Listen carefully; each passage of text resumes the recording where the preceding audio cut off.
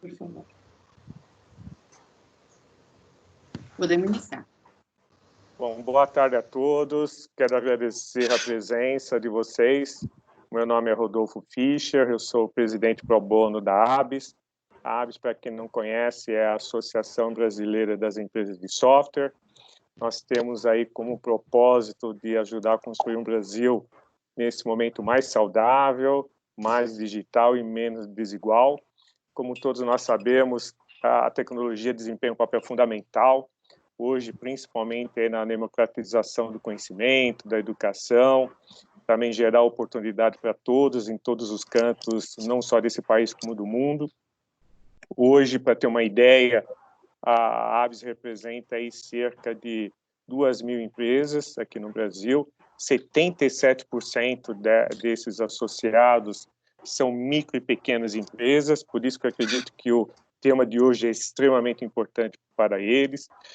Esses 2.000 associados que a ABS representa representam praticamente 85% do mercado do segmento de software e serviços no Brasil. E nesse momento aí de pandemia, obviamente que está acarretando aí dificuldades para todos. Obviamente o setor de tecnologia não está imune a isso, principalmente os segmentos de micro e pequenas empresas, que é a maioria dos associados da ABS. Para ter uma ideia da situação, recentemente fizemos uma pesquisa entre os associados. Hoje, em média, o custo de mão de obra, né, da folha de pagamento de uma empresa que desenvolve software está por volta de 50%, tem alguns que batem 80%. Então, imagine o custo hoje para manter esses empregos, ainda mais quando você analisa que o impacto em termos de inadimplência desse segmento de micro e pequenas empresas está atingindo aí por volta de 30%, né, dos seus recebíveis, e também essas micro e pequenas empresas estão enfrentando aí uma queda no seu faturamento de por volta aí de 27%. Então, quando você olha essa conta, você percebe que a conta não fecha, né? Então, a dificuldade hoje do pequeno empresário é extremamente significativa. E, por isso, nós incluímos hoje, e não só por essa dificuldade, mas também da importância de sempre o setor de tecnologia brasileiro ele ser competitivo, né, buscar sempre inovação. A gente só consegue ser competitivo através da inovação. Nós desenvolvemos hoje o assunto desse webinar como assegurando a competitividade das empresas, que eu acho que é extremamente válido nesse momento. Quando você tem um desafio, obviamente que é um momento mais importante de você ir atrás de soluções, né? Isso a história mostrou claramente para a gente. E antes de eu passar a palavra para a nossa moderadora, a jornalista Ana Paula Lobo, eu queria comentar que esse webinar vai estar sendo gravado, vai ficar disponível nas nossas redes sociais, no nosso canal YouTube, para aquelas pessoas que não tiveram a oportunidade de participar nesse momento, vai estar disponível on demand futuramente. E também parabenizar aí todo o time da ABS, principalmente a Jamile, que organizou esse webinar, e as pessoas que estão atrás das câmeras, né, vamos dizer assim, e agradecer também principalmente a participação aí do Carlos, do BNDES, o Newton, da FINEP, o Otávio, do MCTIC, o Rafael, que está aí representando também o Igor, que teve um problema do Ministério da Economia, e também antigo MDIC. E também lembrar a todos, que é super importante nesse momento, que todo mundo está discutindo sobre a LGPD, fazer uma pequena propaganda aqui de um dos projetos da ABS. No dia 24, se não me falha a memória, o dia 28, vai começar o próximo curso da LGPD, da ABS, que vai ter uma carga horária de 24 horas, das 4 às 7 da noite. É super importante, se alguém estiver interessado, depois vai estar o link disponível aí no chat. Sem demorar mais, eu queria novamente agradecer a Ana Paula, né, e passar a palavra para você, Ana. Muito obrigado aí. Boa tarde a todos. Obrigada, Rodolfo, pelo convite. Eu acho que discutir agora o papel da tecnologia nesse momento da economia do Brasil, todos nós sabemos que certamente vamos passar pela maior crise econômica que já vivemos, estamos passando, e no pós-pandemia certamente também passaremos, porque é uma crise global, e a tecnologia tem um papel central. Antes de começarmos, estávamos discutindo a facilidade, entre aspas, que foi montar o pagamento do auxílio emergencial a mais de 50 milhões de pessoas, e tudo por meio de um uso massivo de cruzamento de informações e do uso massivo da tecnologia. Sem a tecnologia, isso não teria sido possível. Então, é importante que se destaque o papel das TICs nesse momento. Sem telecomunicações, não teríamos o que estamos fazendo hoje, e sem a tecnologia, sem os nossos serviços de TI, não teríamos os serviços tão rápidos. Vários estudos já falam que a transformação digital no Brasil acelerou 5 anos, no mínimo 5 anos, por conta da pandemia. É impossível dizer que a pandemia traz algo positivo, mas na questão da digitalização, ela forçou um movimento. Segmentos que estavam existindo entraram. E software e serviços são fundamentais, e o Brasil tem potencial, o Brasil tem pessoas, o Brasil sabe fazer software, o Brasil sabe fazer TI. Então, acho que é um grande momento para nós, se soubermos usufruir. Então, eu queria agradecer muito a vocês e já que falar, quem está aqui é o Carlos Azen, que é o gerente de planejamento, estudos e produtos para a TI do BNDES. Está o Newton Ramatsu, que é o superintendente de inovação da FINEP. Está o Otávio Cacheta, que é o diretor de ecossistema inovadores do Ministério da Ciência, Tecnologia, Inovação e Comunicações. E está o Rafael Vandrei, que é coordenador geral de empreendedorismo inovador do Ministério da Economia. Isso só nos faz pensar que inovação é o tema da nossa conversa, que todo mundo aqui tem uma relação com inovação. Mas eu pergunto ao Carlos, para iniciarmos, e é importante fazer isso, que é a questão das linhas de créditos. Hoje, nós temos no setor de TI, como em vários segmentos, a grande dificuldade das empresas terem acesso ao dinheiro que o governo está disponibilizando. A exigência da garantia real é um entrave que é antigo, que quem trabalha com TI sabe que a garantia sempre foi um gargalo, né, nas propostas. A FINEP, que tem várias linhas, sabe disso. Como resolver? Como fazer com que a garantia não seja um entrave para que essas linhas de crédito, que essas linhas de fomento, elas possam ser, de fato, usadas para fazer o negócio continuar, para fazer o negócio sobreviver, Carlos?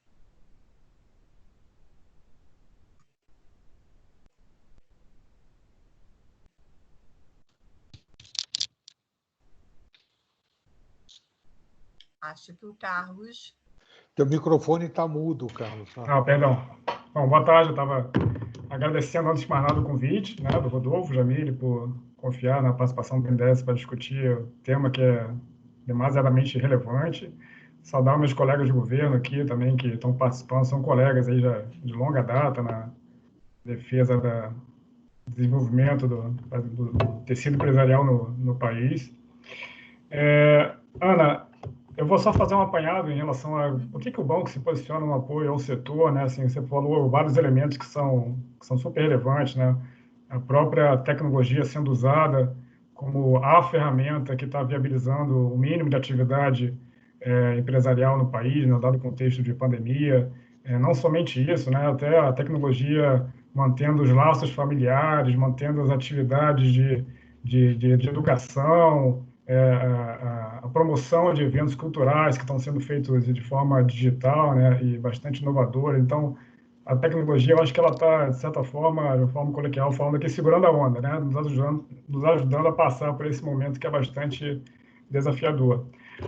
O banco, ele apoia a tecnologia já há um grande tempo, né? Na verdade, o BNDES ele tem ele tem como contribuições ao setor não somente apoiar diretamente as empresas de TI, mas a gente está sempre muito preocupado também na difusão do uso da tecnologia, na compra de equipamentos que são a base da tecnologia digital, pelo lado da demanda, né? Então, a gente sempre fala um pouco dessa dualidade do banco que apoia não somente diretamente as empresas de TI, mas também aquelas empresas que consomem a tecnologia, né?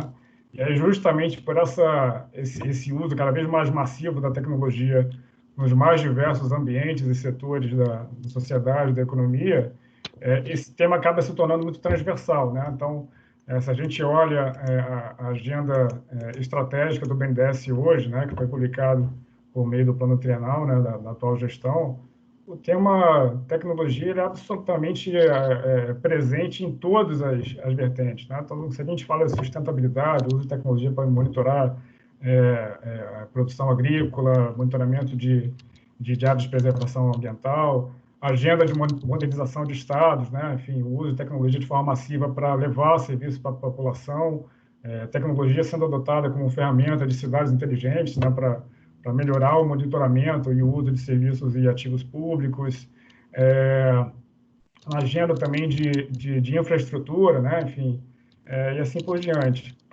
Então, a gente está sempre preocupado com essa dualidade, né? Então, é um tema que acaba tocando várias frentes de trabalho no banco, e aí a atitude do banco para apoiar o setor e aqueles setores que consomem tecnologia acaba sendo meio que formar uma caixinha de ferramentas com diferentes ferramentas, né?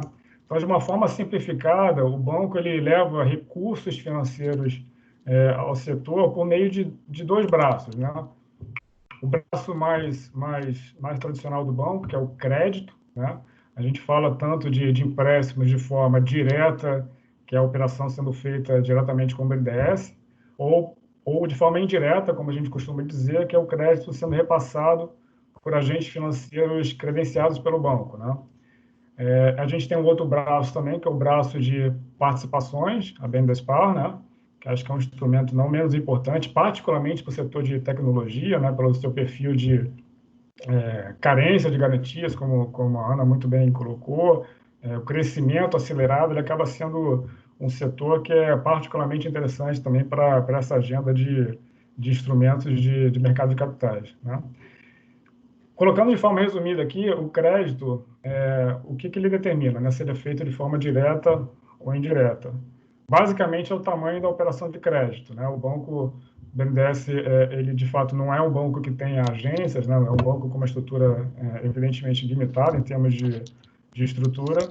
Então, ele decide, por melhor alocação dos recursos disponíveis, fazer operações de forma direta para aquelas operações que têm um ticket, né? Um valor de financiamento mais alto, né? O que a gente tem de regra hoje como referência para a operação direta? É que o crédito seja igual ou maior a 10 milhões de reais, tá? Então, essa é a régua que a gente tem hoje para fazer uma operação de empréstimo diretamente com o BNDES. Evidentemente, essa régua ela é muito alta, dado até o perfil que o Rodolfo bem colocou, né? De que grande parte do tecido empresarial de tecnologia é povoado por empresa de porte menor, né? Então, daí que entra a importância do braço de operações indiretas, né, por meio da Finame, onde o crédito ele é repassado para o BNDES agentes credenciados, né, bancos comerciais, bancos regionais, desenvolvimento, etc. E esse sim faz a operação e análise de crédito e faz o repasse para o setor. Enfim, eu não vou entrar na especificidade de cada um para dar espaço para os meus colegas, mas de forma sucinta é isso, né? Então, abaixo de 10 milhões, a operação de crédito é feita de forma indireta.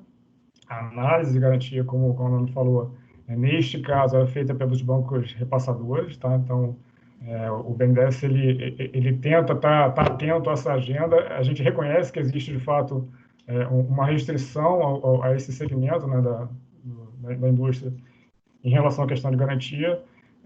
Existem até trabalhos em andamento para se discutir a formação, o aperfeiçoamento de um fundo garantidor, que eventualmente possa ser usado como uma ferramenta para tentar aumentar o alcance desse instrumento de financiamento às empresas que hoje tanto necessitam, tá? Então, eu encerro aqui, abro o espaço para os demais colegas e a gente volta depois e entra um pouco mais em detalhe em quais são esses instrumentos, as condições e assim por diante.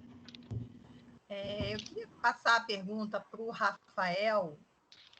Rafael, boa tarde.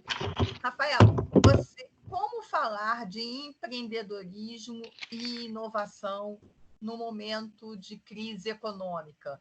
No momento que o dinheiro está restrito, no momento que a gente percebe que as próprias startups estão passando por esse problema e que tem a questão, quer dizer, os aportes diminuíram. Como que vocês estão cuidando dessa parte de empreendedorismo e inovação no Ministério da Economia neste momento?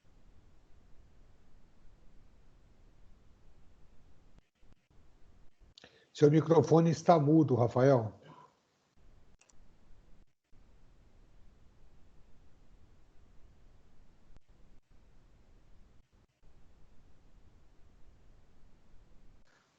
Rafael? Seu microfone continua mudo, Rafael.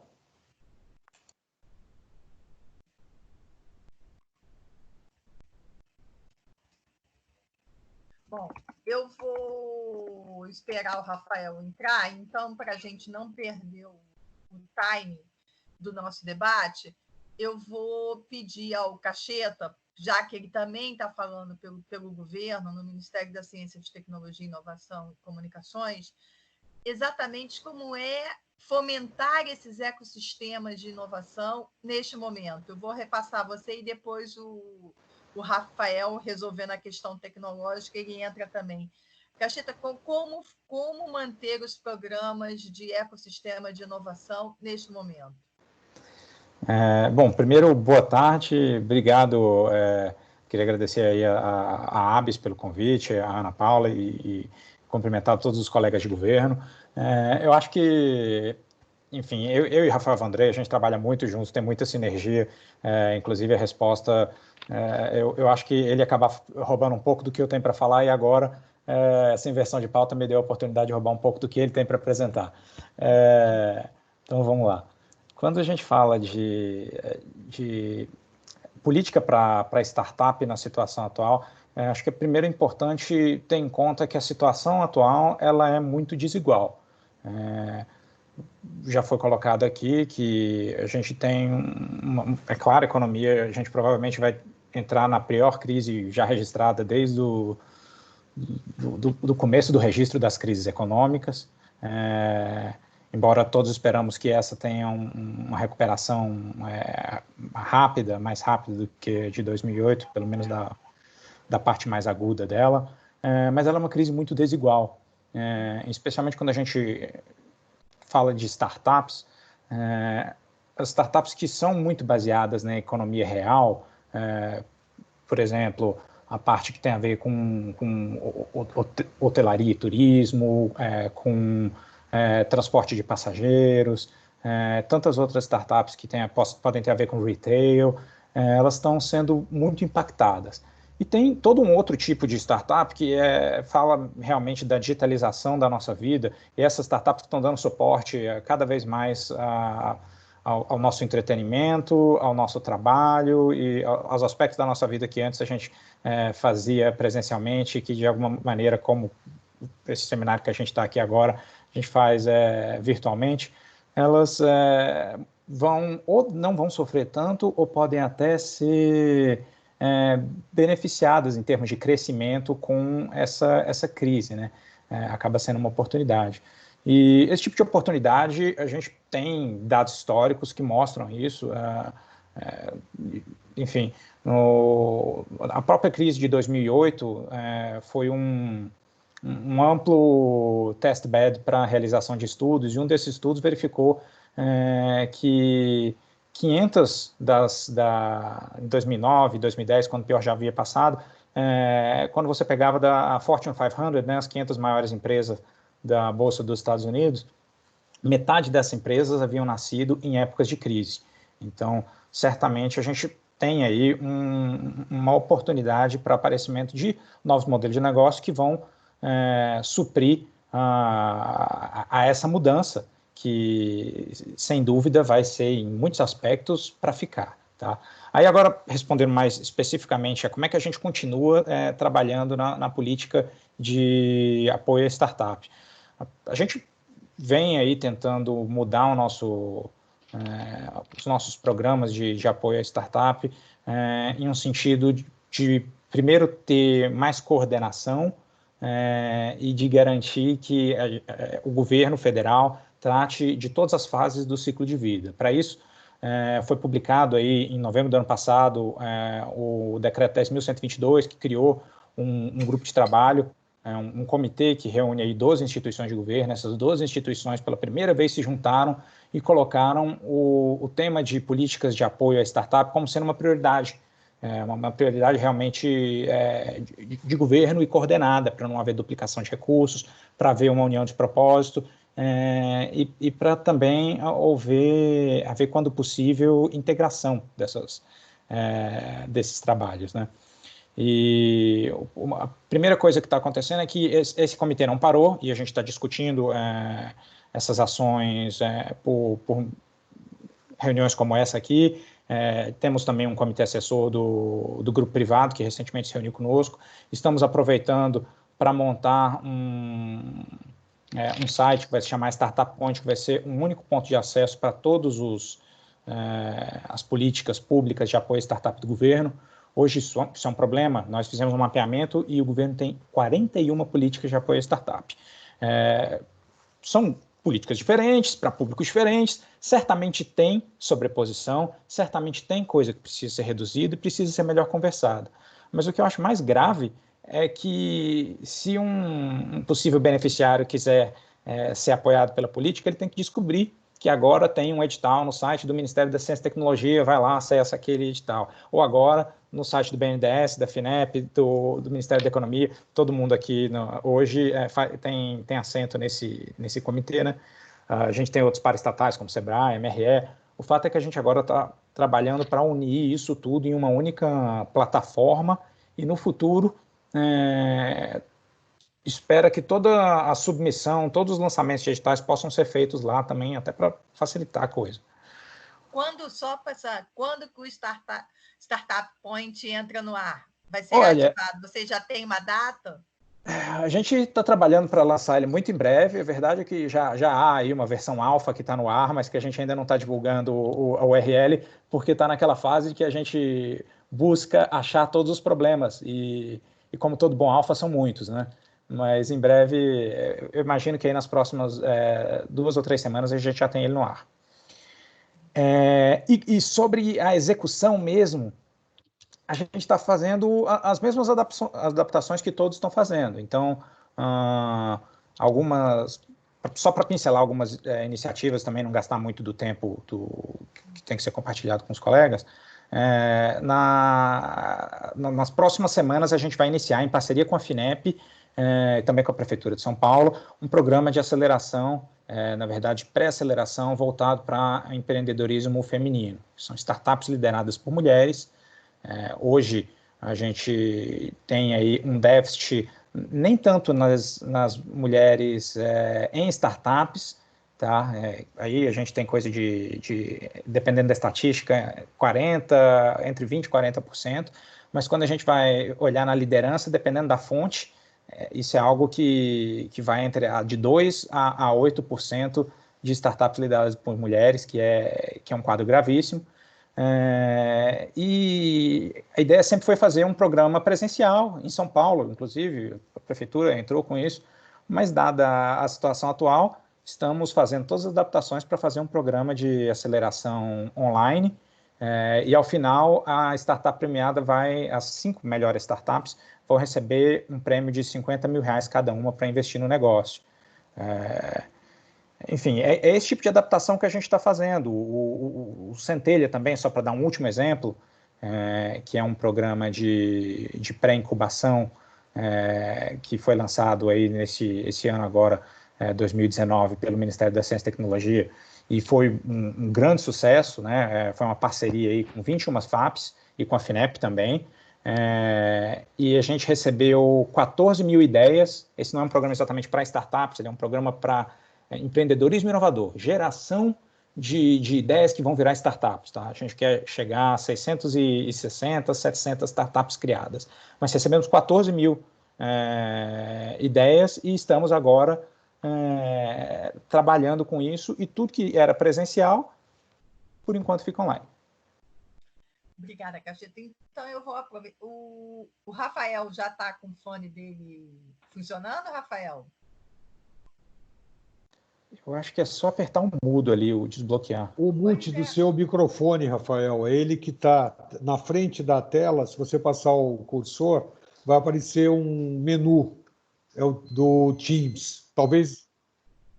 Quem fez o convite? Ana, foi você que mandou o convite da reunião? Não fui eu, foi a Jamile. Quem fez o convite pode... Jamile, você consegue tirar o mute do microfone dele? Então, aí, eu tô acho que aqui. Agora tirou. Mas tá. Oi, Rafael, você está nos ouvindo? Rafael?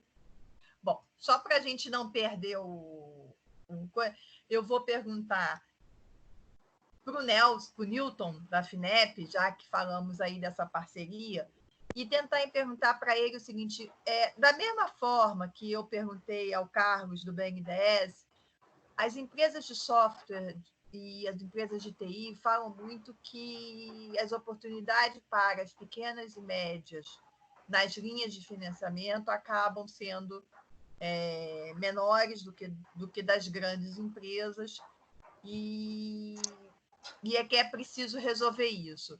Como é que a FINEP enxerga essa questão? Várias linhas voltadas à TI também na FINEP exigem garantias. Como que vocês estão trabalhando isso? Como é que vocês estão trabalhando esse gargalo que é garantia para o setor de software na FINEP? Bom, primeiramente, boa tarde. Agradeço também o convite dos colegas da ABS, Rodolfo, Jamile, também obrigado, Ana Paula, e os colegas, Otávio, Carlos e Rafael.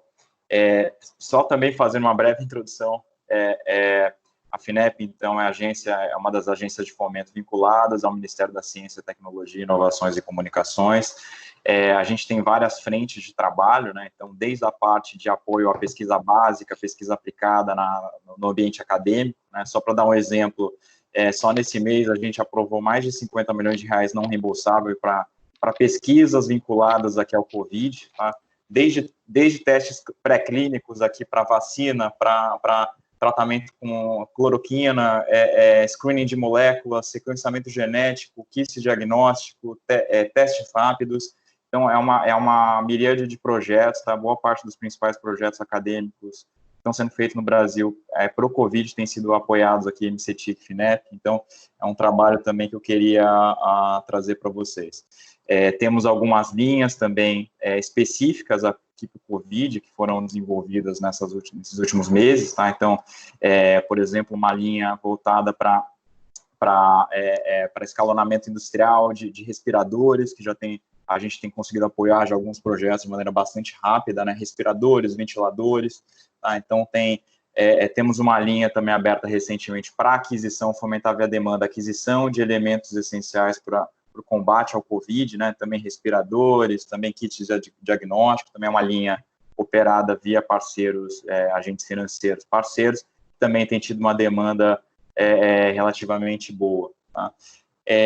Entrando agora um pouco mais no ponto central aqui da nossa conversa, tá? O financiamento às empresas, especialmente aqui as empresas de software, a FINEP também tem alguns instrumentos diferenciados, né? Então, a FINEP tem programas de subvenção, tá? O Caixeta, nosso colega Caixeta já adiantou o Centelha, né? Um programa de pré-incubação, um programa bastante interessante, em parceria com o MCTIC, em parceria com as fundações de amparo à pesquisa, deve ter mais uma rodada esse ano, tá? Então, é um programa bastante interessante para várias empresas que podem estar nos ouvindo agora, tocado em vários dos estados. Ano passado, se não me engano, foram em 22 estados que foi tocado aqui esse programa, como o Caixeta falou, mais de 14 mil ideias.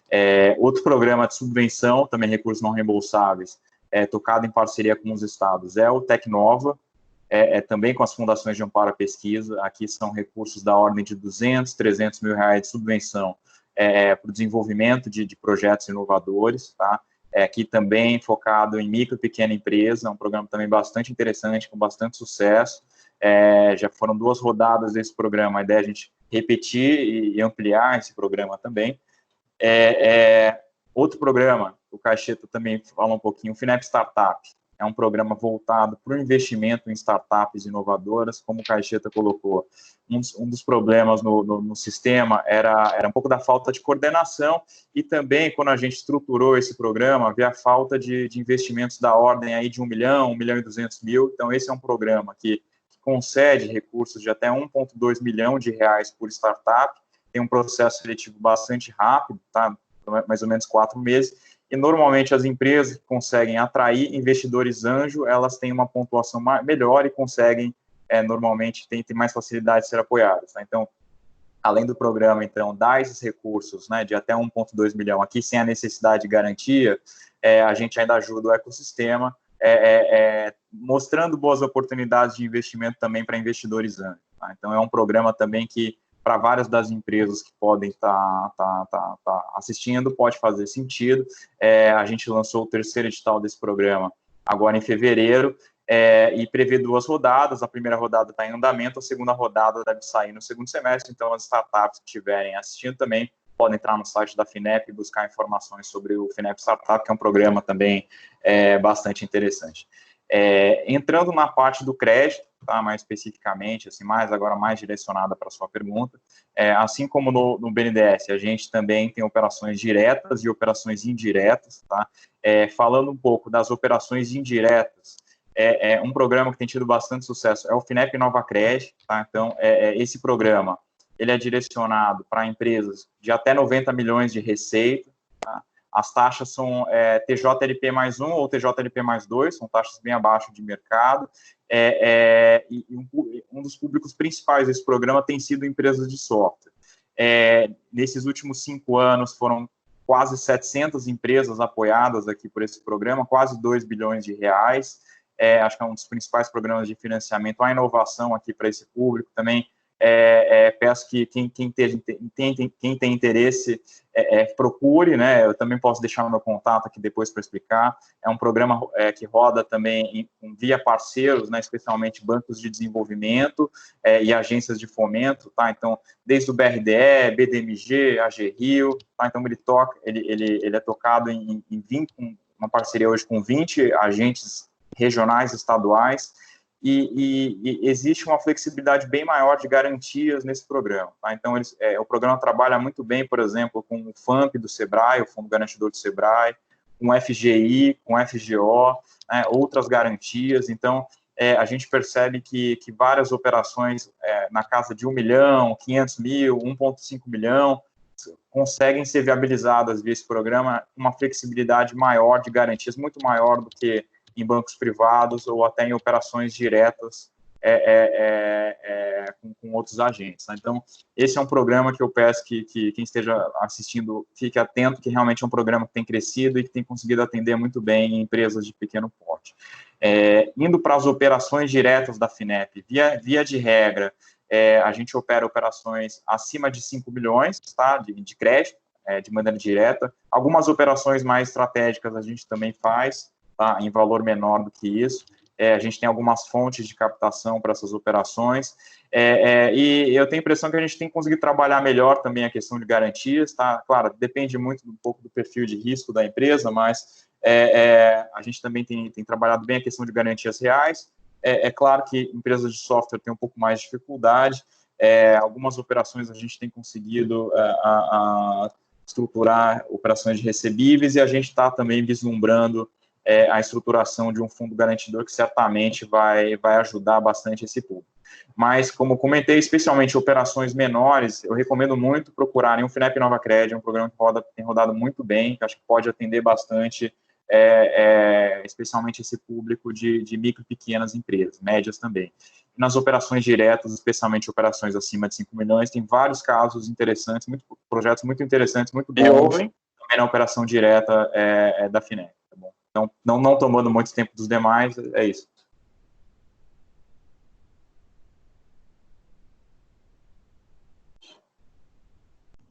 Agora Ana Paula, tá seu microfone está fechado. Porque eu fechei. No ano passado, a FINEP lançou InovaCred 4.0, voltado para Big Data, inteligência artificial, para essas novas tecnologias da chamada transformação digital. Na próxima rodada, eu queria que você falasse um pouco de como que está, de como é essa busca, porque essas tecnologias estão fazendo a diferença, né? Então, como que está a procura, como é que as empresas de software podem ter acesso, porque é uma área muito nova e que a gente pode fazer, que o brasileiro pode estar fazendo, e eu queria que você falasse depois um pouquinho dela.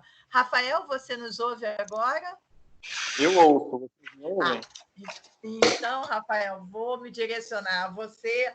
Eu tinha feito a pergunta antes, você não estava, então eu vou refazer uma pergunta para você, que é a seguinte: saiu essa semana a pesquisa TIC Governo Eletrônico, feita pelo Comitê Gestor da Internet, onde se prova que houve uma digitalização efetiva dos serviços, né, do governo.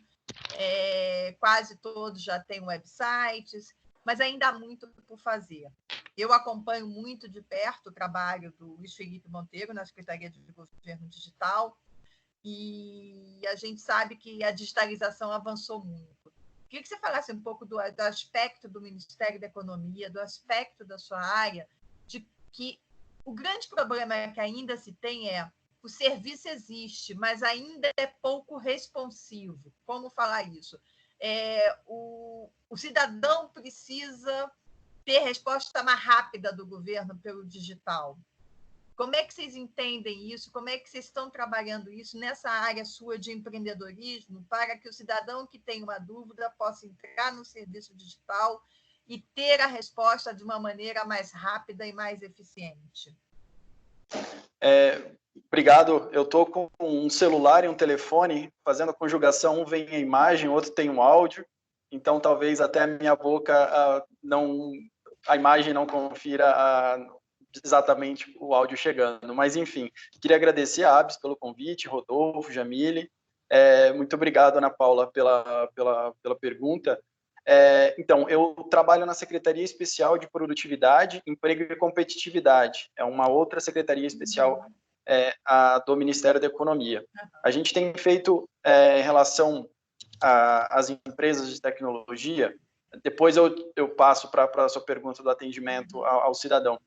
A gente tem realizado algumas ações para identificar, né, na questão do Covid, o impacto que isso tem trazido para elas. Então, a gente realizou uma pesquisa por meio do Inovativa Brasil, que é um programa de aceleração de startups gratuito, já acelerou mais de 1.000 startups, já capacitou mais de 2.000 empreendedores e empresas. Então, é um programa gratuito feito de forma online. A gente, então, realizou uma pesquisa junto com a Liga Insights e com a Indexo, que é um braço de inovação da TOTUS. Apoiamos na realização, então, para identificar como estava sendo o impacto disso, né? Então, foi levantado algumas questões de crédito, algumas questões de emprego e algumas questões de vocês estão ganhando ou perdendo consumidores, clientes.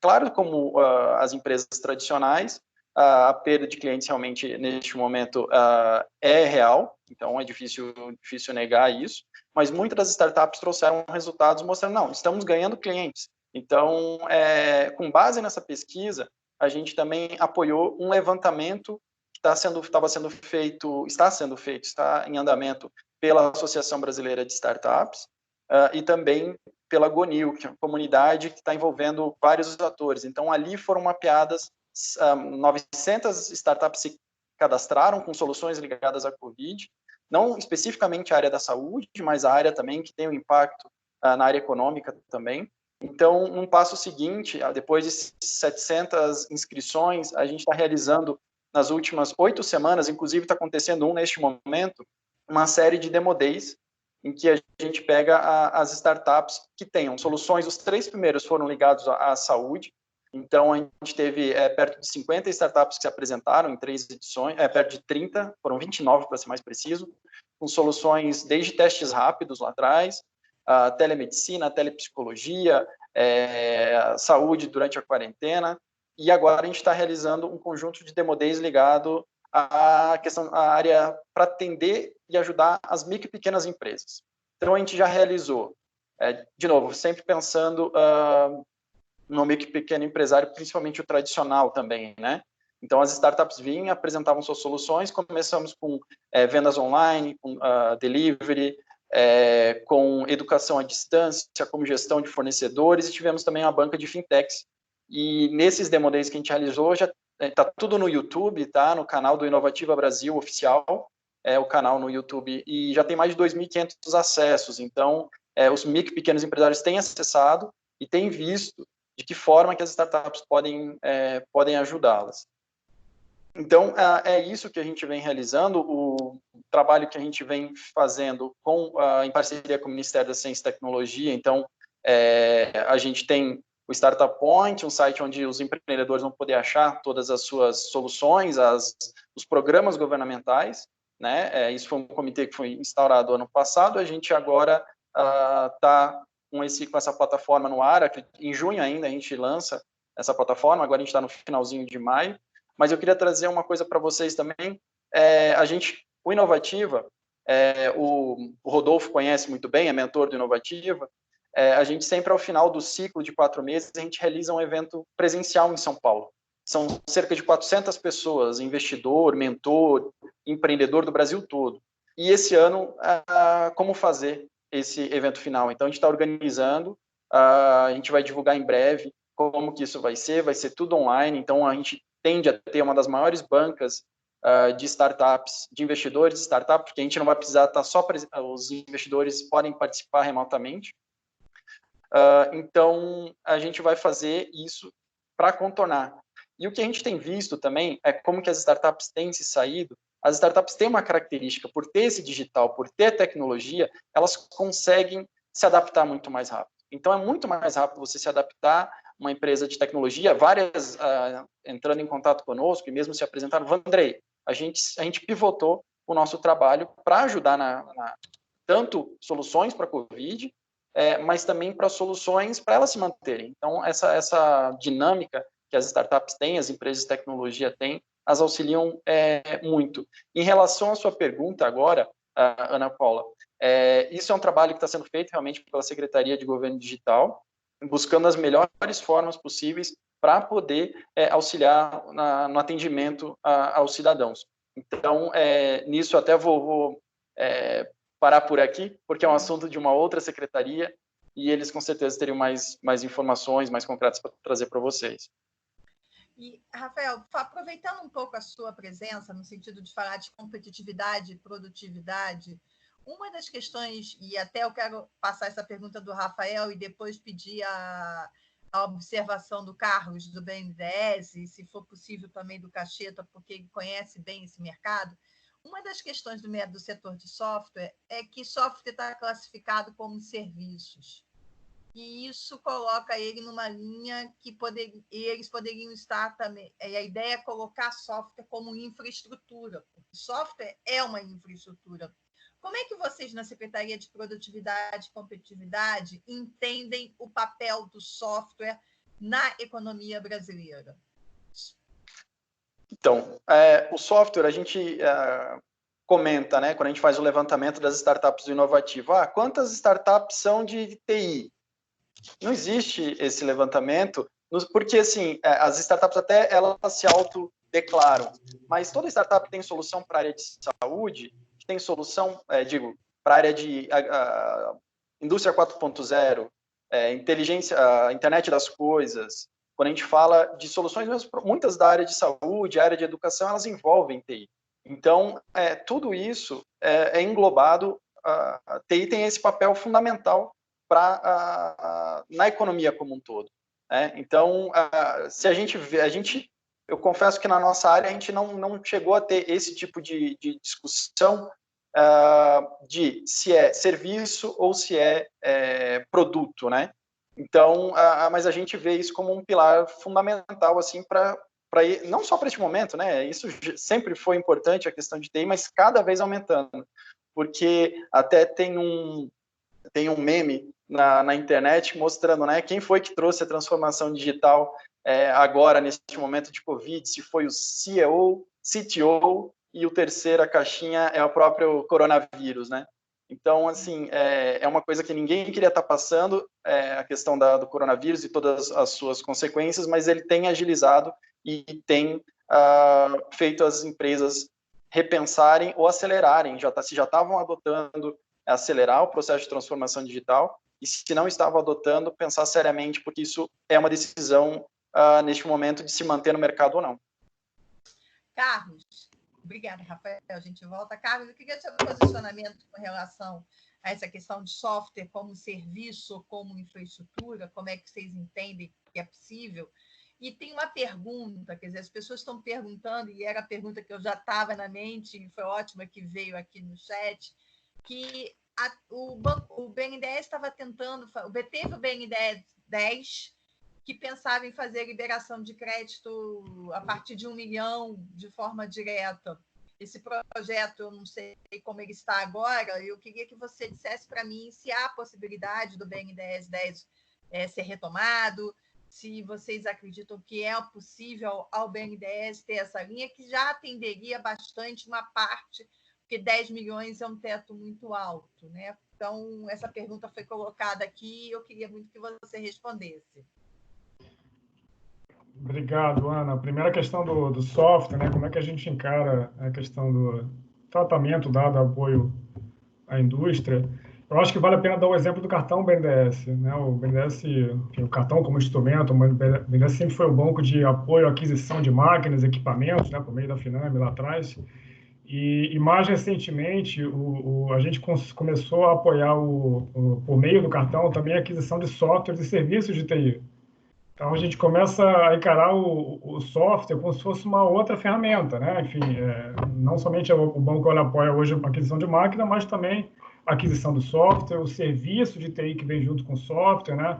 Então, a gente já começa a compor os nossos produtos aqui. Acho que o cartão é um ótimo exemplo, né, para dar tratamento a essa questão e a importância do software, de novo, como eu comentei anteriormente, né, como uma ferramenta, um subsídio aí para aumento de competitividade e a prestação de serviços das mais diversas atividades da economia. Então, até para dar um número aqui, né, um número histórico, foram mais de 36 mil empresas dos mais diversos setores que já usaram o cartão do BNDES para fazer aquisição de software e sistemas de TI.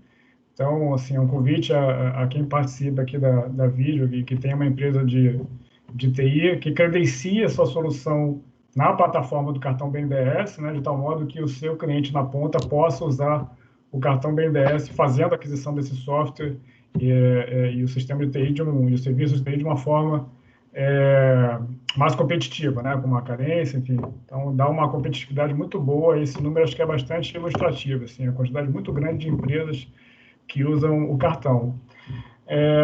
Só reforçando um ponto também que derivado da outra pergunta, né, em relação à questão de garantia, né, a gente reconhece de fato que esse é um gargalo e é uma iniciativa que está, acho que entre as prioridades do próprio Ministério da Economia, né, foi recentemente divulgada a implementação de uma nova formulação do FGO, e acho que tem algo já também no forno para o FGI.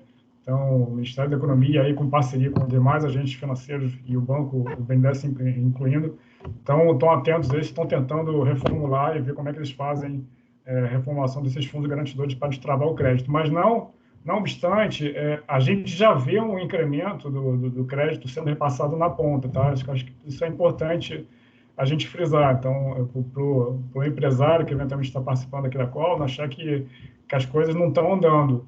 E aí, até me preparando aqui para essa conversa, eu peguei os dados mais recentes do volume de operações indiretas feitas por meio dos agentes financeiros com recursos do BNDES para o setor de software, e eu fiquei surpreso. A estatística de janeiro a abril de 2020, o volume de operações subiu 80% frente ao mesmo período de 2019. E mais surpreendente, se a gente olhar março e abril, o aumento foi de 240%. Então, mesmo com as limitações que a gente sabe que ainda existem, a gente está trabalhando para tentar resolver, o volume de repasse de crédito para o setor vem crescendo mesmo no ambiente de crise, ou talvez até motivado pela crise, né? Como já foi mencionado aqui, tem alguns setores que estão aproveitando a crise para crescerem muito, né? Acho que a TI é um dos setores que estão mais favorecidos nesse aspecto, tá? Então, só para passar esse número também, que eu acho que é importante. O outro comentário que eu queria fazer, a gente colocou, foi feito um reforço em relação à linha de giro, né, do crédito para pequenas e médias empresas. É um instrumento 100% indireto, né? Foi posto, quando foi lançado o produto, um orçamento de 5 bilhões para ser consumido até final de setembro, e hoje a gente já tem metade desse orçamento já comprometido. Então, 2 bilhões e meio de créditos já foram repassados para essa linha de giro. E, majoritariamente, mais de 80% das operações são empresas de comércio e serviço. Então, claramente, é um instrumento que pode também funcionar muito bem para o setor de TI. Carlos, aparece uma pergunta aqui, você não está falando, eu acho que é importante, que é se você pode falar os valores nominais, se você tem como citar. Você falou que houve esse crescimento, que é um número super expressivo, se você tem como nominar valores, se você tem como falar de valores nominais nessa linha. Então, assim, o total de recursos repassados de forma direta nos primeiros 4 meses do 2020, está falando do total de recursos de cerca de 26 milhões de reais. Tá? E aí, com todos os instrumentos que compõem a carteira de instrumentos indiretos do BNDES, majoritariamente a gente está falando do crédito, esse que eu citei anteriormente, né, do crédito para pequena e média empresa, que é mais comumente chamado de giro, né, que é um crédito que não tem carimbo na sua aplicação, né, um crédito corporativo de livre uso. Então, esse é o número de 2020, tá? 26 milhões de reais. Tá. Sim. E com relação à questão do software, serviço, software e infraestrutura, como que vocês enxergam isso? Eu não entendi exatamente qual o ponto da pergunta. A gente... como se classifica o uso do software?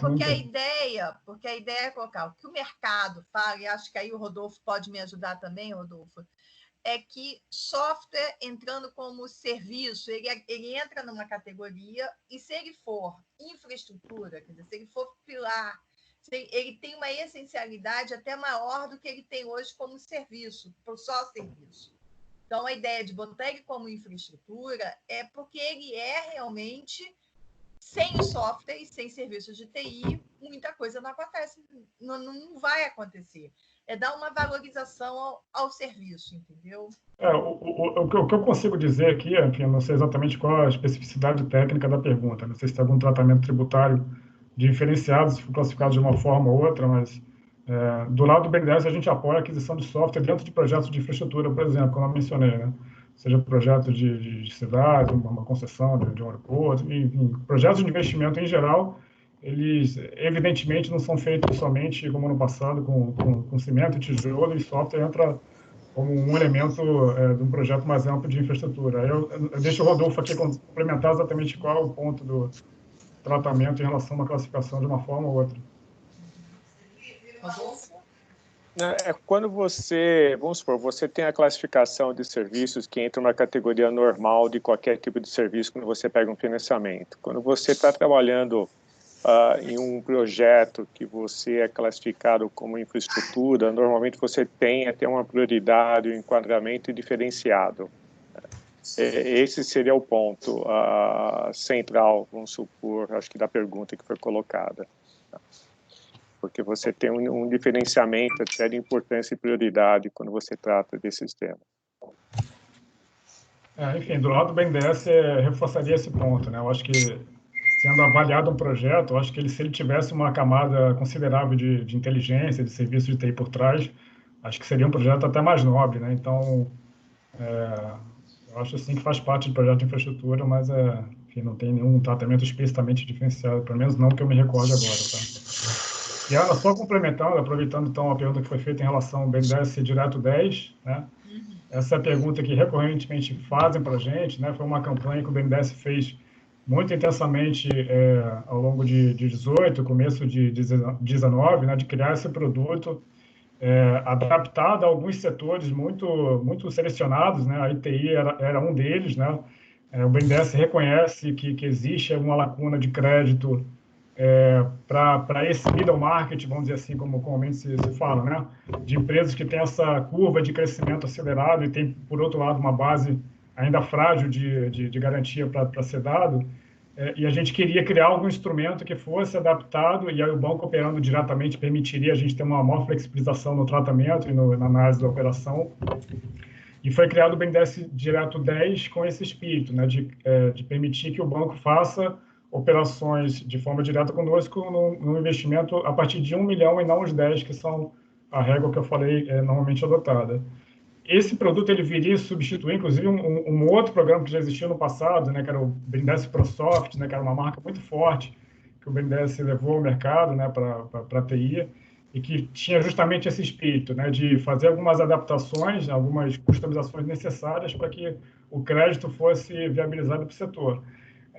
Mas, enfim, por várias questões de revisão do plano estratégico do banco e priorização do uso das equipes internas, o banco ele vem tendo cada vez mais um protagonismo na agenda que a gente chama de prestação de serviço para o governo, né? Então, a gente deslocou muita gente para essa área de estruturação de projetos, estruturação de concessões, toda a agenda de privatizações, e aí foi decidido em final de 2019, né, na verdade, em novembro de 2019, a se suspender o protocolo de novas operações com o BNDES Direto 10. Tá? Então, a tese que a gente tem hoje é que, de fato, os projetos abaixo de 10, eles devem ser mandatoriamente feitos e de forma exclusiva por meio de instrumentos indiretos. Enfim, é uma discussão que vai e volta, a gente está sempre muito atento, estava até comentando anteriormente com o Rodolfo, a Jamília, né, a ouvir empresas, ouvir os setores, para tentar adaptar os instrumentos do banco da melhor forma possível, mas, enfim, foi a decisão que foi feita recentemente de descontinuar o produto. Mas chegou a ter uma demanda? Você tem algum número? Desculpa, você tem algum número que você possa passar do que foi o BNDES Direto 10 no período que funcionou?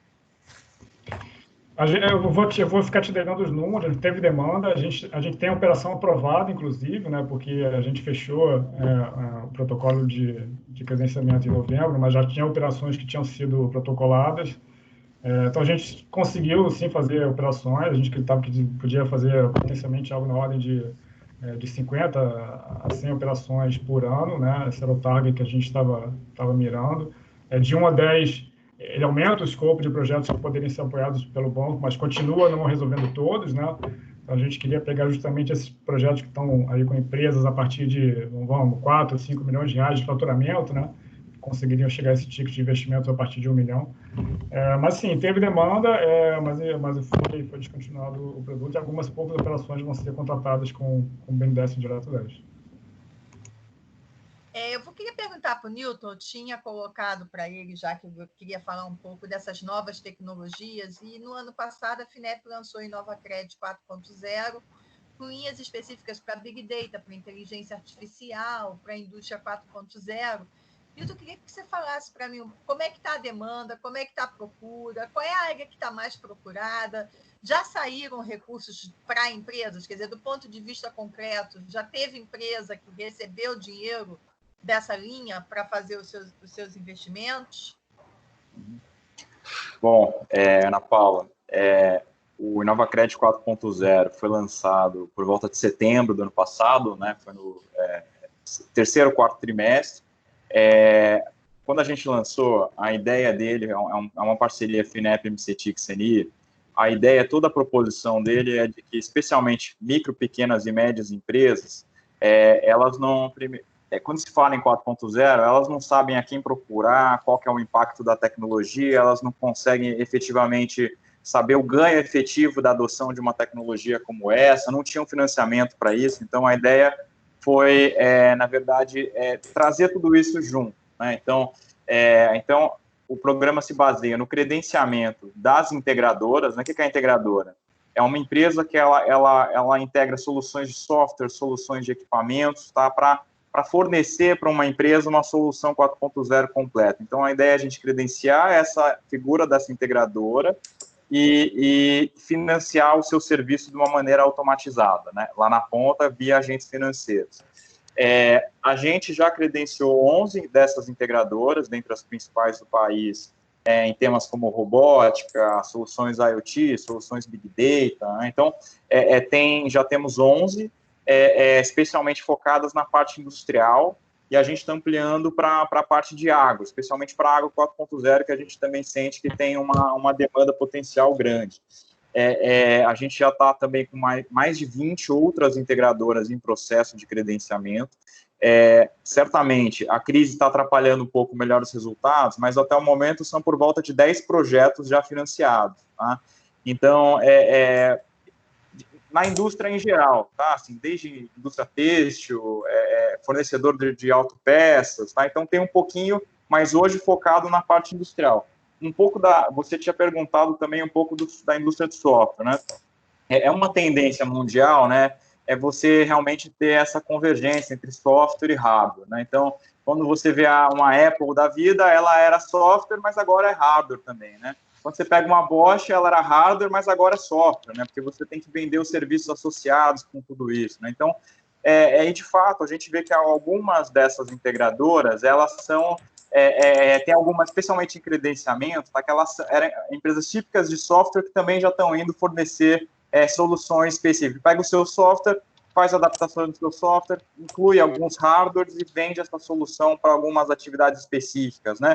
Seja, por exemplo, para monitoramento, seja para manutenção preditiva. Então, isso tem acontecido, tá? Então, para várias indústrias de software, eu acho que é um programa também que pode ser interessante. Como eu te falei, a gente tem mais ou menos 10 projetos já financiados.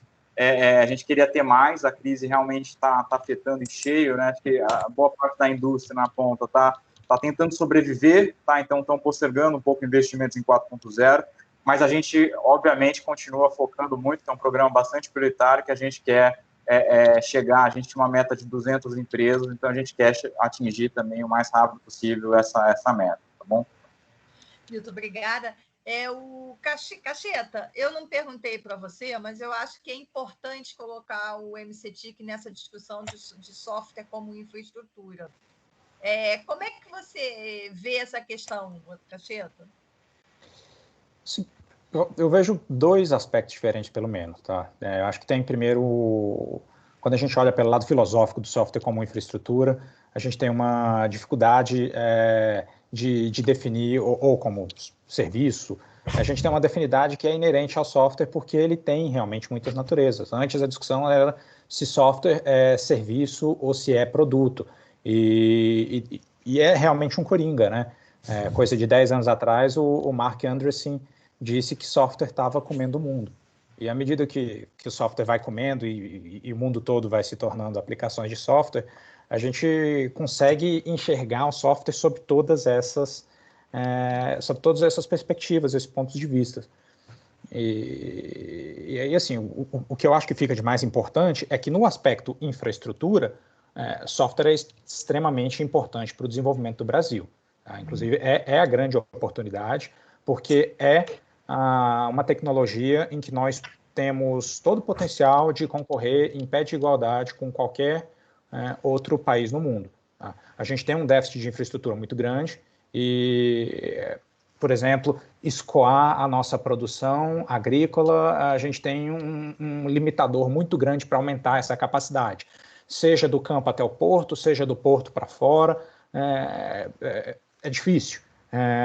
Quase qualquer outra coisa que depende da chamada economia real, você tem essas limitações. Quando a gente está falando de software, primeiro, você não tem essas limitações. Segundo, à medida que a infraestrutura fica cada vez mais no software, o software vai virando essa infraestrutura. Aí a gente tem a Câmara 4.0, por exemplo, as câmaras 4.0, né? Tem da agricultura, tem uma para cidades, tem outra para saúde e tem uma última, a Zen me salva aqui, saúde, agricultura, cidade e indústria, do plano de internet das coisas. É uma manifestação disso. É software e hardware também se transformando em infraestrutura e chegando em todas as fases da nossa vida.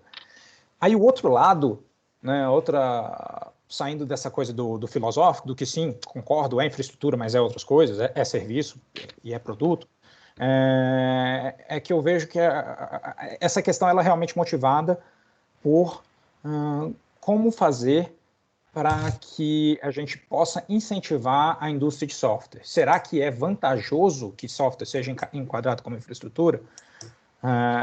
Aí, do contexto atual, eu acho que não, por uma questão tributária, porque se a gente levanta essa discussão, está levantada a discussão também se software é serviço. Hoje ela é tributada como serviço. A solução para isso passa por uma reforma tributária que é urgente no Brasil. A gente precisa ter uma unificação desses impostos. Acho que essa coisa de ICMS, de ISS, com essas alíquotas diferentes, é extremamente maléfica para o crescimento do país. Não tem, enfim, cabe todo um planejamento tributário, toda uma dificuldade para o pequeno empresário, torna o Brasil um dos piores lugares para empreender no mundo, toda essa parte de contabilidade da legislação fiscal. Então, isso é o que a gente tem que resolver. Mas o fato é que, na situação atual, software é serviço e a tributação apesar de todas as contestações judiciais, a situação é melhor. E a vantagem, ao se trazer o software para a infraestrutura, de cabeça eu penso, por exemplo, nos debêntures, na emissão de debêntures para a infraestrutura, que é algo muito bacana, que o pessoal das elétricas consegue fazer, o pessoal da construção civil, das estradas, de portos, rodovias, enfim. Telecomunicações também. Isso. Telecom consegue, o Telecom fez algumas boas emissões, o pessoal da Algar e tal. Veja, eu acho que tem aquela expressão, né, que o diabo aí está no detalhe. Nasceu junto com os debêntures para infraestrutura e os debêntures para telecomunicações, nasceu o debêntures para inovação, que permitiria o software. Tá? Do mesmo jeito, a gente tem outras coisas da CVM específicas. Só que acaba que a maneira que as empresas de software se organizam, que não permite que você monte uma empresa específica para aquela empreitada, que separada do resto do CNPJ, me fugiu o termo aqui agora, inviabilizou, Sociedade de Propósito Específico. A gente não consegue fazer uma SPE para software. Já dialogamos bastante aí com o setor de software, com os empresários, e essa dificuldade de você fazer o cercadinho aí, contábil tributário, na prática, mesmo que fosse infraestrutura, a gente não ia conseguir dar os apoios que a gente dá para o setor de infraestrutura. Simplesmente porque, para os ganhos de escala, para a empresa ser competitiva, você precisa compartilhar os meios mesmos de produção, que são os programadores, na prática, são os programadores. E a última coisa, assim, só para não falar demais, é que a minha preocupação é quando a gente olha para outros setores que são infraestrutura e que são essenciais, de novo na questão tributária, isso nem sempre ajuda, não é porque é essencial que você vai ter baixos tributos. E aí o melhor exemplo é telecomunicações, né? Telecomunicações que tem uma elasticidade de demanda, preço altíssima, então você pode aumentar o preço bastante, que as pessoas vão continuar pagando por telecomunicações, e o resultado disso é que, à medida que a tecnologia foi avançando e se tornou mais barata, o déficit dos governos foi sendo compensado com um aumento paulatino tributário, e hoje mais de 50% da carga total de telecomunicações, que é uma infraestrutura indiscutivelmente, é tributo. Né? Mais de 50% do preço é tributo. Então, arrematando isso tudo aí... É uma discussão boa. Eu vou até passar para o Rafael, porque nós estamos falando de transformação digital, de novo modelo de negócios, e você sendo da área de produtividade e competitividade, a gente percebe o seguinte, o Brasil até acelerou a transformação digital com a pandemia, setores que não eram digitais foram obrigados a digitalizar na marra, mas o Brasil ainda precisa fazer muito para se digitalizar, ainda precisa muito fazer isso. Como que a Secretaria de Produtividade e Competitividade, que foi criada para fazer com que que isso aconteça, trabalha para fomentar e acelerar ainda mais a transformação digital. E quando eu falo de transformação digital, eu falo dos negócios digitais, quer dizer, realmente, cada vez mais as pessoas estão usando o celular, você tem que digitalizar mesmo, né? Então, como é que vocês enxergam isso? Como é que vocês estão vendo o caminhar do Brasil na transformação digital? Vocês me ouvem? Sim, Rafael. Bom, então, a gente trabalha realmente com a questão da transformação digital, a gente sabe que é algo que vai trazer um diferencial, é um diferencial não apenas para as empresas, mas para as nações que passarem a adotar. Ela traz todo um ganho de produtividade, mas deixa eu trazer um exemplo. A gente tem um programa que chama Brasil Mais. O Brasil Mais, ele é dividido em 3 módulos e realmente o foco é aumento da produtividade. Então, a gente vem trazendo, tem módulos, por exemplo, de uma gestão mais ágil, né? São módulos, entenda, são as empresas mais tradicionais, vou chamar assim, que a gente passaria até na área produtiva, na planta industrial, pequenas empresas, né, inclusive, para a gente poder melhorar questões de gestão mesmo. Depois tem um segundo passo de adoção de tecnologia, chegando até uma parte ligada à indústria 4.0. Daí sim, passa a ter a adoção de novas tecnologias bem avançadas para aumentar a produtividade e deixá-las mais competitivas. Então, o programa se chama Brasil Mais, ele tem essas 3 frentes e uma delas é mais ligada à transformação digital. Claro que tem números e números para ser atendidos, porque a gente sabe, por conta de um piloto que foi realizado, a gente viu que o aumento de produtividade, fazendo mudanças de gestão, eu não estou nem colocando grande questões de tecnologia, as plantas aumentaram, em média, 51% a sua produtividade. Então, a partir deste piloto que foi realizado, a gente agora está escalando, é um trabalho feito com vários atores, a BDI, com o Senai, com o Sebrae e o Ministério da Economia, onde a gente tem colocado essas questões. Então, faz parte uma carga de consultoria, que envolve uma parte, o piloto, ele foi até realizado com bastante consultoria presencial, e agora e foram feitos com 3.000 empresas, agora a gente está passando por um número bem maior, a gente está falando na casa de 200.000, em que para cada nível que a sua estágio de maturidade, vou chamar assim, o estágio de adoção de tecnologia que você possui, é entregue um pacote de serviços, né, digamos assim. Então, por isso que a importância do Senai, Sebrae e a BDI estarem junto com a gente.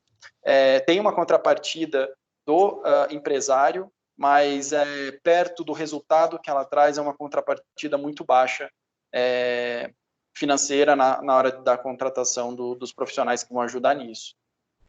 Rafael, só para ver uma pergunta no chat, e a pergunta é se você tem como informar a receita bruta dessas empresas e a faixa de colaboradores desse piloto aí que você colocou. Eu não tenho os números aqui agora, mas eu consigo, até o final da call, eu já levanto para vocês. Se a gente voltar em algum momento a falar de crédito, eu queria citar... Por favor, Rafael. Esse é um tema que é super relevante para as empresas de software. Vamos falar de crédito, até porque nós estamos chegando ao final, praticamente. Eu acho que o tema crédito é muito importante. Você quer colocar algo sobre o crédito, por favor? Quero acrescentar uma lei que saiu ontem. Então, realmente é nova até para mim. Essa lei institui o Programa Nacional de Apoio a Micro e Pequenas Empresas de Pequeno Porte, é o PRONAMP. 13999, se eu não me engano. Isso, exatamente. Então, ali ela traz recursos, traz crédito, né? Para fornecimento de crédito, feito via os bancos comerciais, digamos assim. Então, a gente tem bancos comerciais, Banco do Brasil, Caixa, os bancos públicos, Banco do Nordeste, Banco da Amazônia, alguns estaduais, cooperativas de crédito, em que ela traz tudo isso para manutenção do emprego, né? Então, as empresas, para terem acesso e ter uma taxa bem acessível, é de a Selic mais 1,25%. 1,25%, então é 4%. Hoje, se eu não me engano, a Selic está na casa dos 3%, então seria 4,5% ao ano, e que, para ter acesso a isso, a empresa se comprometeria e conseguiria comprovar que, a partir do momento que receber a última parcela desse crédito, ela não teria diminuição dos seus quadros. Então, vale a pena... Mas não querendo te interromper e te interrompendo, a questão, a gente volta ao problema da garantia. Porque o que está acontecendo, e acontece do processo do dinheiro de governo liberado para auxílio emergencial, para auxílio a pequenas e médias empresas, de folha de pagamento, onde o governo entra com 85%. Então, digamos que o empresariado ficasse com 15% para oferecer essa garantia, esses bancos privados estão cobrando 100% de garantia, o que ele não tem. E a segunda questão, eles exigem folha de pagamento na conta. Quando a gente sabe que num setor como o de serviços, é muito complexa essa questão de folha de pagamento. A gente tem que entender que é a dicotomia dessa economia real da economia digital. A gente sabe que muitas empresas têm os MEIs. Você tem os MEIs, você tem os CNPJs, que são empresas que prestam serviço para as empresas de software, que são empresas menores.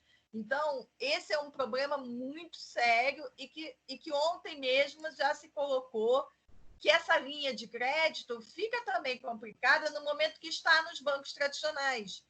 Né? Não, por exemplo, as fintechs não entraram ainda. Né? Não, deixa eu me corrigir. Eu comecei falando de bancos tradicionais, mas eu me equivoquei.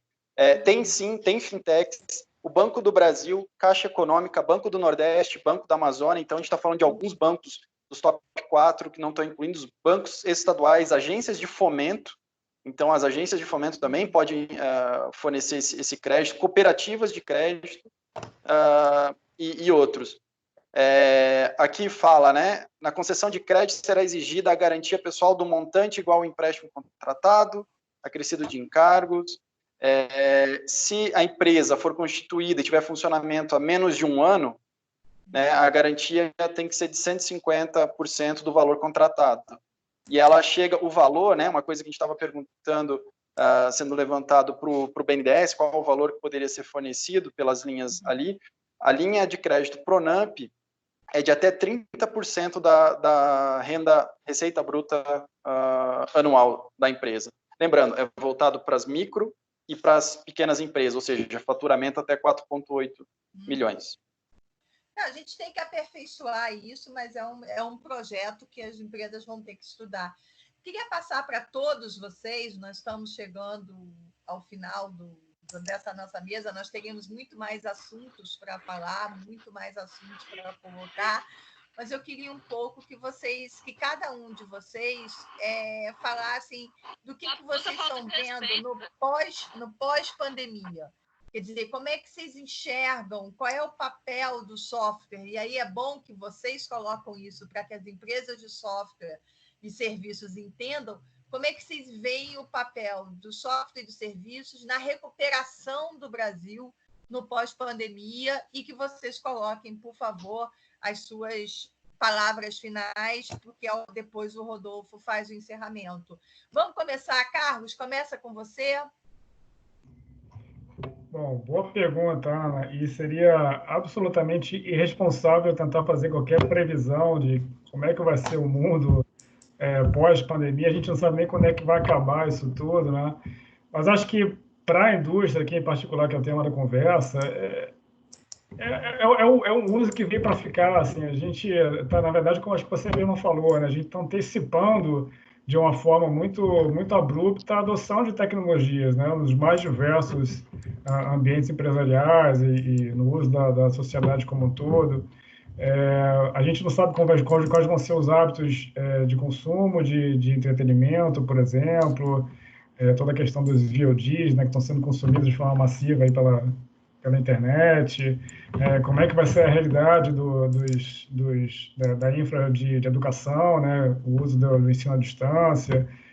São ferramentas diversas que já estavam aí e que, de uma forma muito, muito rápida, foi acelerada, assim, né, em 1, 2 meses. Né? Dando um próprio exemplo do BNDES, a gente está operando de uma forma 100% remota, né? O que é surpreendente para um banco do tamanho do BNDES, com a complexidade de processos. Está todo mundo em casa com seu computador, telefone, banda larga, trabalhando bem, fazendo videoconferências, com um processo de assinatura digital funcionando bem, enfim, o banco absolutamente não parou, né? E quem viabilizou, o que viabilizou isso tudo foi a tecnologia, né? Então, e como eu falei, eu não gosto de fazer previsões, né? Mas eu estava vendo os números do BNDES, perdão, do IBGE para o setor de TI, e é surpreendente. Evidentemente, tem de tudo, né? Tem empresas que estão surfando uma onda muito, muito boa, outras nem tanto, mas a média do setor continua crescendo. Mesmo durante a pandemia, o número de março foi positivo. O crescimento de março do setor de TI foi maior do que o crescimento de fevereiro. Então, é absolutamente surpreendente isso, né? Quando a gente compara a TI com outros setores, como pode ser de próprio entretenimento, que eu mencionei, o setor de restaurantes, as companhias aéreas, são setores que estão absolutamente colapsados por conta da pandemia. E TI, justamente por essa atuação muito transversal em todos os eixos, né, e é um instrumento que ganhou protagonismo durante a pandemia, ele está se defendendo bem, né?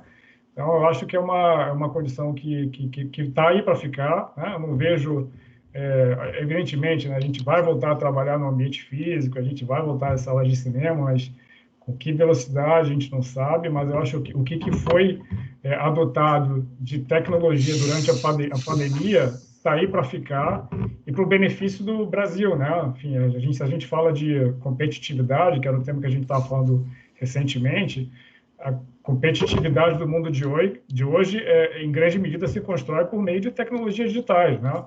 Então, esses investimentos acho que podem potencialmente alavancar o Brasil a um outro patamar, e aí, evidentemente, por trás disso estão as empresas da ABS, né? Estão as empresas de TI. Eu acho que se abrem muitas oportunidades, a gente vê de uma forma bastante entusiasmada, assim, que isso vai, no final das contas, fortalecer muito o setor de tecnologia aqui no Brasil. Carlos, obrigada. Vou passar para o Cacheta. Bom, acho que o principal, eu concordo com tudo que o Azen colocou, tá? O software vai ter uma oportunidade incrível. No Brasil, a gente tem aí uma vantagem competitiva, que o nosso idioma português do Brasil não é aí um idioma muito global, e aí com isso tem sempre espaço para o desenvolvedor nacional. Eu acho que a gente tem que sair dessa caixinha de se sustentar nisso e crescer cada vez para softwares que já sejam criados, não só para atender a isso, que sempre deu sustentação para a nossa indústria, mas pensando, né, being born global, pensando aí num software que para exportação, vamos colocar assim, para o mundo, escalável para o mundo inteiro, e estando atento para as tendências que se colocam. A questão da proteção dos dados, que fica cada vez mais importante, a questão da segurança de TI. Nós vimos aí o quanto as recentes questões que surgiram numa plataforma de webconferência e videoconferência, que na verdade não eram precisamente falhas de segurança, e mais um protocolo que não está exatamente configurado do jeito mais seguro por padrão, levaram a um escândalo grande, a queda de ação. Então isso é muito importante.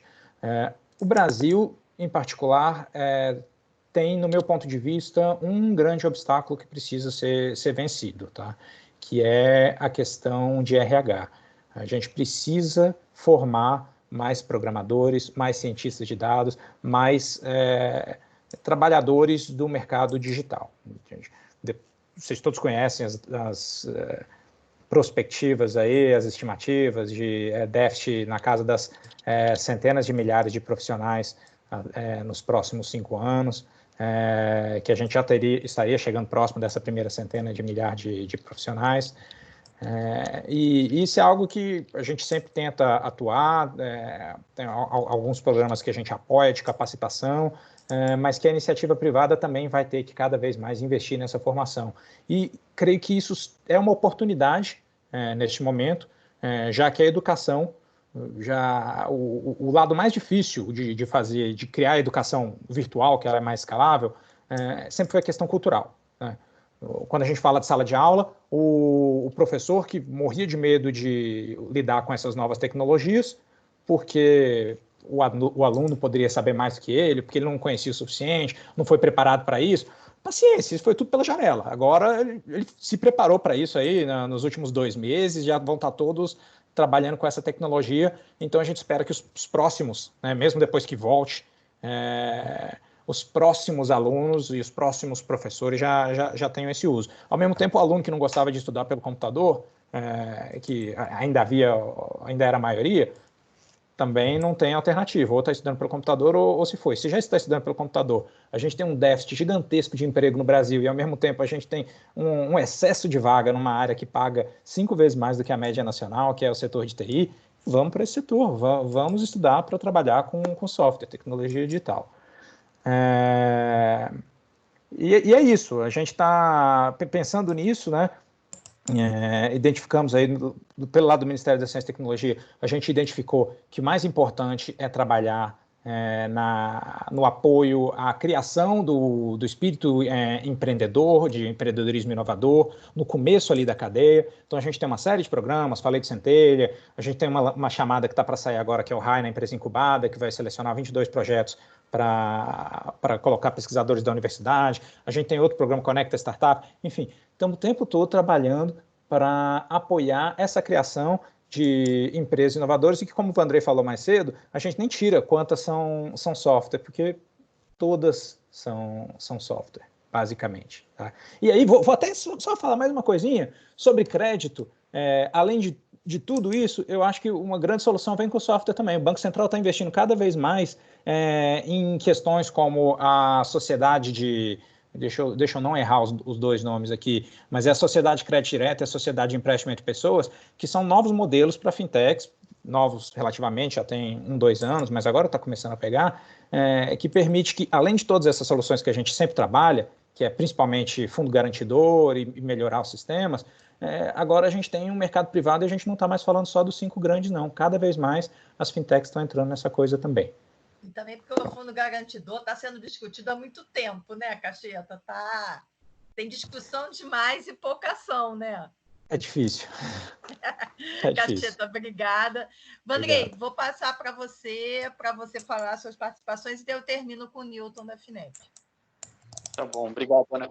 Primeiro, só responder a pergunta que ficou pendente em relação ao Brasil Mais. Quem quiser mais informações é gov.br/Brasil Mais.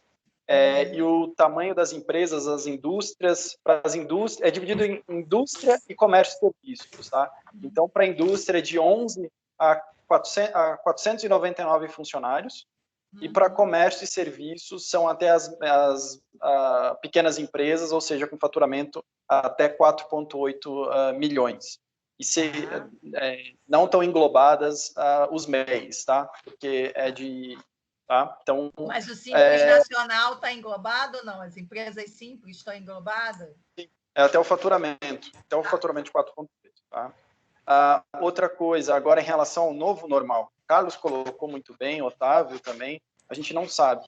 Uma coisa que a gente viu trazendo as empresas de alta tecnologia, das startups, para se apresentar, tanto foram apresentados para o Ministério da Saúde, MCT que participou também, BNDES, a BDI, todos que estão, FINEP, assistiram essas palestras e, claro, também os consumidores. A gente viu soluções desde telemedicina.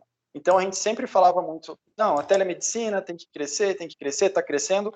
Veio regulamentação, uma autorização para o uso maior da telemedicina. Então, a gente vai poder levar, não apenas para o Covid, mas sim disseminar isso, levar saúde para o Brasil todo.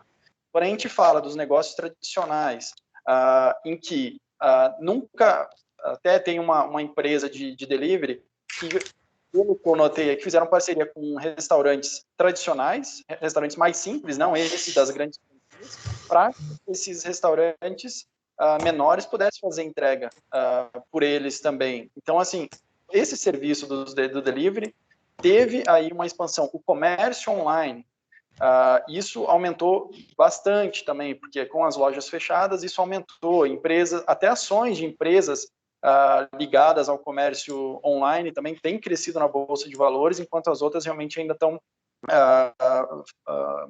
tendo que enfrentar uma queda.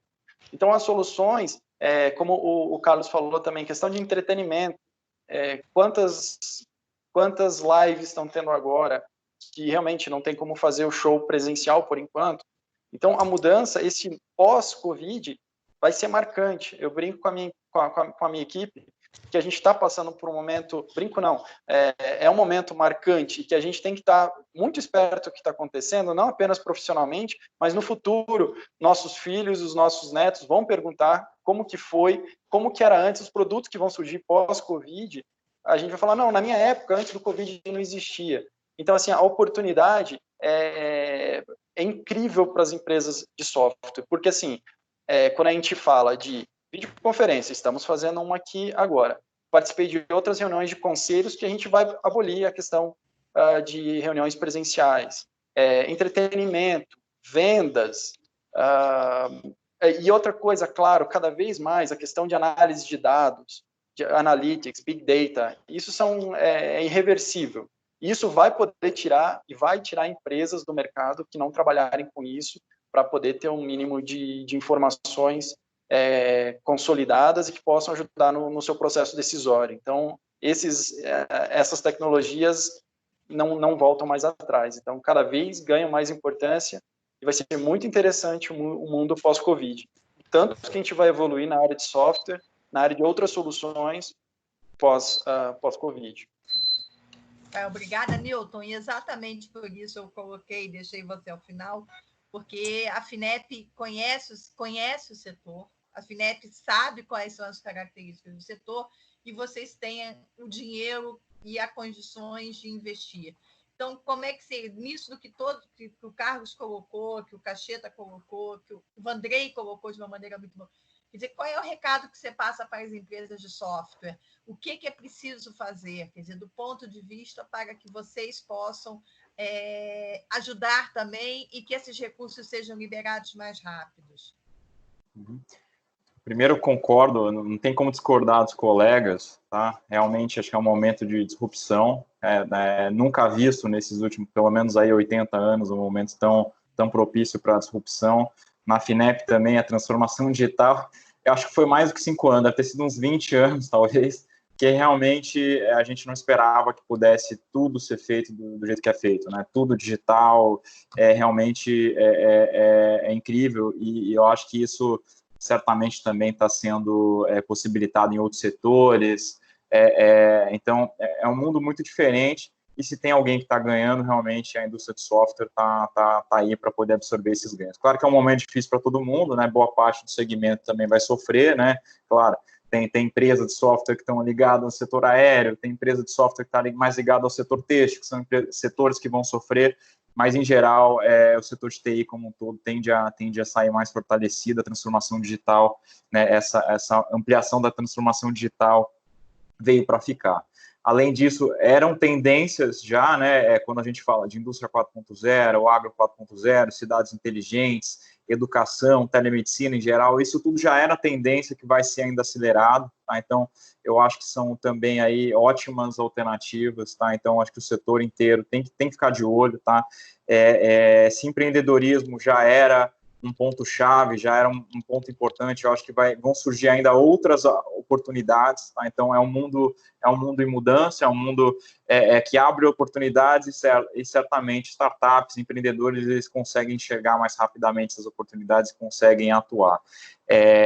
Como foi colocado, né? A FINEP certamente está, assim, se a gente já estava 100% ligado, a gente está mais ainda, né? São vários programas, como a gente já colocou, para startups, programas anteriores a startups, né, de subvenção também, programas de investimento, programas de crédito. Eu gostaria até de ressaltar uma ação, tá? Acabou de ser aprovada essa semana, um crédito extraordinário de 350 milhões, recursos não reembolsáveis do MCT, que uma parte relevante disso vai ser operada pela FINEP, via subvenção econômica. tá? Então, tem bastante recurso que deve sair nesses próximos dias, semanas. Não posso adiantar muitos temas, mas peço que vocês fiquem atentos, porque vai sair coisa para a saúde, mas vai sair coisa também para outros setores que podem ser boas oportunidades aí também para a indústria de software, tá? Então, é esse o recado. Assim, acho que o governo inteiro assim, já estava sempre sendo dedicado, mas está ainda mais, né, tentando achar alternativas, ver formas de como melhor apoiar. Eu acho que o setor de software está aí para poder galgar, captar boa parte dessas oportunidades. É isso. Muito obrigada. Rodolfo, por favor, queria passar a palavra para você. Quero agradecer muito primeiro da Ana Paula aí pela moderação de toda a discussão de hoje à tarde, o Carlos, o Otávio Cacheta, o Rafael, o Nilton, muito obrigado por compartilhar suas ideias, suas impressões. Eu posso até dizer e ser testemunha, praticamente nós estamos tendo reuniões semanais com o secretário especial Carlos da Costa, justamente buscando aí atender essa demanda que nós estamos discutindo, né, de como o dinheiro, o crédito chegar na ponta, principalmente para os pequenos, para os micros e pequenos empresários, não só de tecnologia. E tem umas discussões extremamente motivadoras que o FGI do BNDES deve logo mais ampliar o seu fundo e disponibilizar garantias de até 80% do valor a ser levantado por essas empresas, o que vai realmente facilitar principalmente a empresas de software e de serviços que não têm garantias reais, que isso é o maior empecilho, né? Então, eu vejo que o governo está justamente alinhado com as dificuldades do mercado em buscar algumas soluções que é extremamente importante. Eu também, como até o Rafael comentou, eu participo de Inovativa, acho que Inovativa é um dos melhores programas de inovação, né, de fomento aos pequenos empreendedores, vamos dizer assim, eu acho que é sensacional, juntamente com o MCTIC, que eu acho que estão aí com programas muito interessantes aí no fomento, obviamente que estão passando por uma situação extremamente delicada agora no mundo todo, mas eu queria ressaltar que até de acordo com o Ibope, o Brasil tem aí 149 milhões de usuários de internet, né? É muita gente. Somos o 5º maior mercado de usuários de internet do mundo, obviamente atrás da China, a Índia, Estados Unidos, e também perdemos da Indonésia por acho que 1 ou 2 milhões de usuários, né? Então, quando você olha do ponto de vista de investimento, oportunidade de negócios, é impressionante o que o Brasil tem, né? Então, a gente tem um ambiente aí extremamente aberto para inovação, aberto para investimento, porque realmente a gente precisa, aí, obviamente, reduzir aí os encargos, as dificuldades que a gente está enfrentando, mas eu tenho fé que o governo está olhando isso para a gente poder ter aí um ambiente de negócios extremamente mais propício à inovação e passar rapidamente sobre esse nosso desafio. Eu queria também resgatar uma fala que eu acho que o Rafael, também o Otávio falou sobre inovação, sobre os novos projetos. Só lembrar a todos que a ABS lançou no final do ano passado um programa que é para ajudar as startups, né? A gente abriu aí um novo programa para associados, que é sem custo nenhum, por 6 meses, as startups que estão participando de qualquer projeto de incubação, aceleração, até fundo de investimento, ela pode acessar e participar da AB sem custo nenhum, que lá a gente tenta ajudar em termos de assessoria jurídica, tributárias, estudos de mercado, orientações, para que ela tenha realmente sucesso nesse momento desafiador. Então, fica aqui novamente o meu agradecimento a todos que estão participando hoje desse webinar, em especial aos nossos participantes, como eu já falei, Ana Paula, muito obrigado a todos e tenham uma excelente tarde.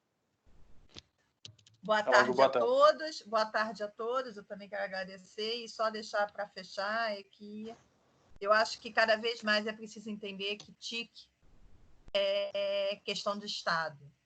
O Brasil precisa ter TIC como uma questão de Estado e não de governo.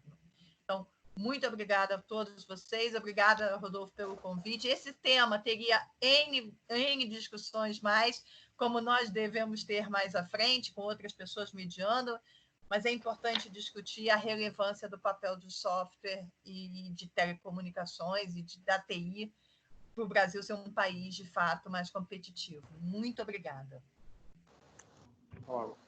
Obrigado, até logo. Obrigado, até logo. Tchau, tchau.